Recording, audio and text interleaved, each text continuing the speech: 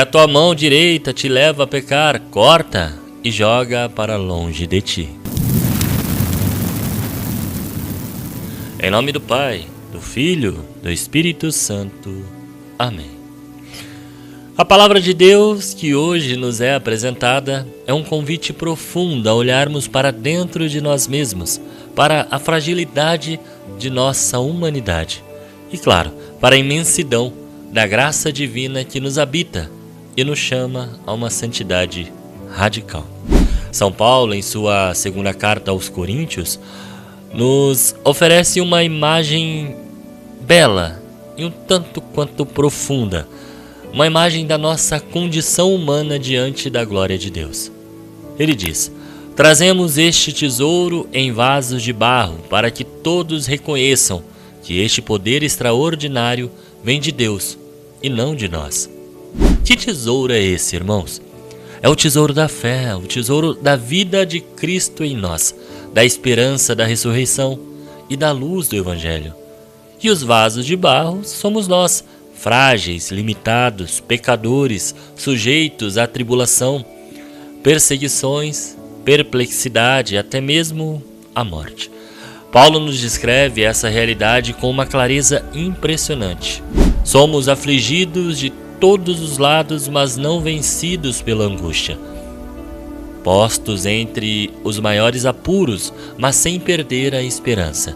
Perseguidos, mas não desamparados. Derrubados, mas não aniquilados.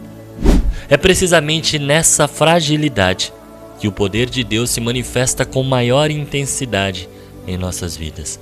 Não somos glorificados por nossa força, mas pela força de Cristo que opera em nós.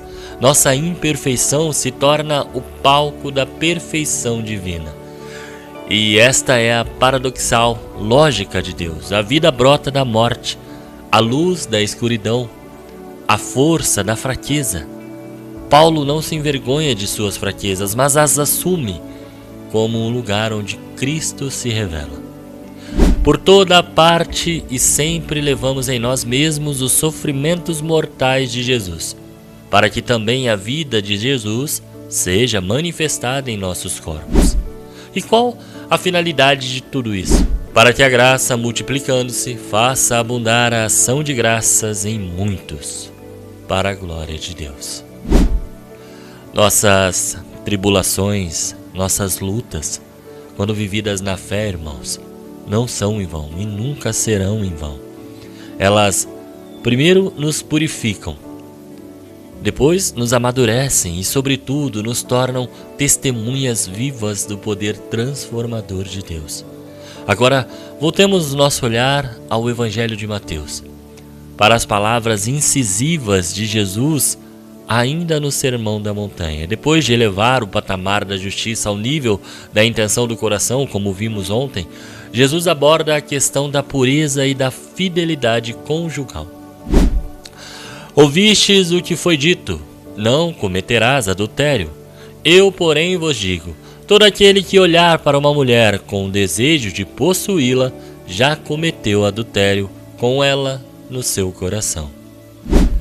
Aqui, Jesus não apenas proíbe a ação externa, mas mergulha na raiz do pecado, o nosso coração. O adultério, em sua plenitude, não é apenas um ato físico, mas uma disposição interior, um desejo que corrompe a pureza da alma. O olhar impuro, a cobiça, é a semente do pecado que, se não for combatida, germinará e produzirá frutos bastante amargos. E as palavras seguintes são ainda mais radicais e chocantes para os nossos ouvidos. Jesus diz: se o teu olho direito é para ti ocasião de pecado, arranca-o e joga-o para longe de ti. De fato, é melhor perder um dos teus membros do que todo o teu corpo ser jogado no inferno. Se a tua mão direita é para ti ocasião de pecado, corta e joga para longe de ti. De fato, é melhor perder um dos teus membros do que todo o teu corpo ir para o inferno. É claro que Jesus não está nos convidando a uma automutilação física, a fazer jogos mortais conosco. Não, ele está usando um exagero justamente para expressar a seriedade e a radicalidade da luta contra o pecado.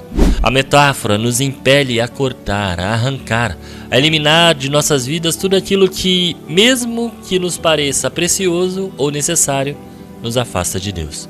Irmãos, infelizmente isso envolve coisas que possivelmente, na maioria das vezes, são agradáveis a você, como lugares, pessoas, redes sociais, coisas materiais, pastorais de dentro da igreja, que de alguma forma te levam a pecar.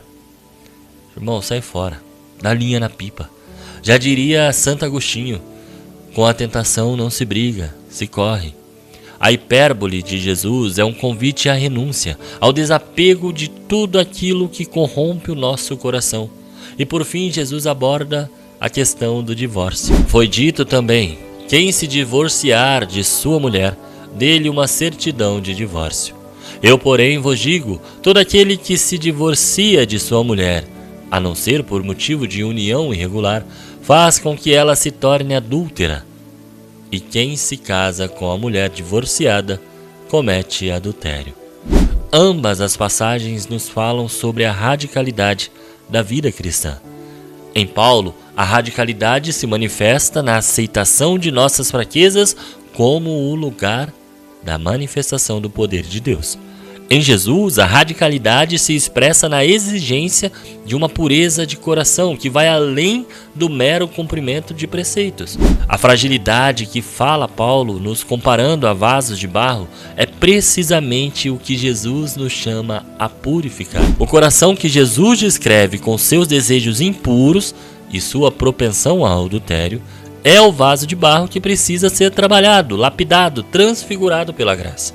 O tesouro que temos em vasos de barro é a própria vida de Cristo em nós.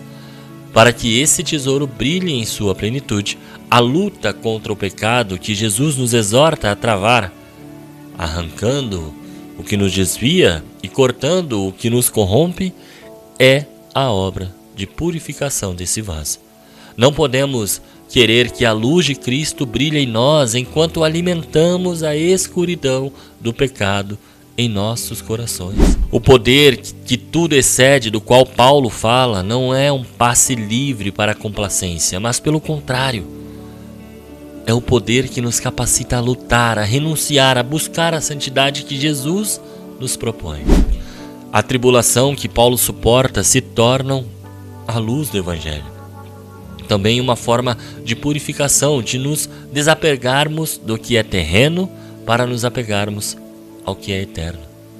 A cruz que Paulo abraça, irmãos, em sua fraqueza, é a mesma cruz da renúncia que Jesus nos convida a carregar quando nos pede para cortar e arrancar o que nos leva ao pecado. Somos vasos de barro? Sim, somos. Mas não somos vasos vazios. Somos portadores do tesouro inestimável da vida de Cristo. As nossas fragilidades não podem servir de desculpa para a nossa mediocridade, mas sim para o lugar onde a graça de Deus se manifesta poderosamente. Que a radicalidade do Evangelho de Jesus não te assuste, mas te impulsione a buscar a santidade de coração, purificando nossas intenções, nossos olhares, nossos desejos.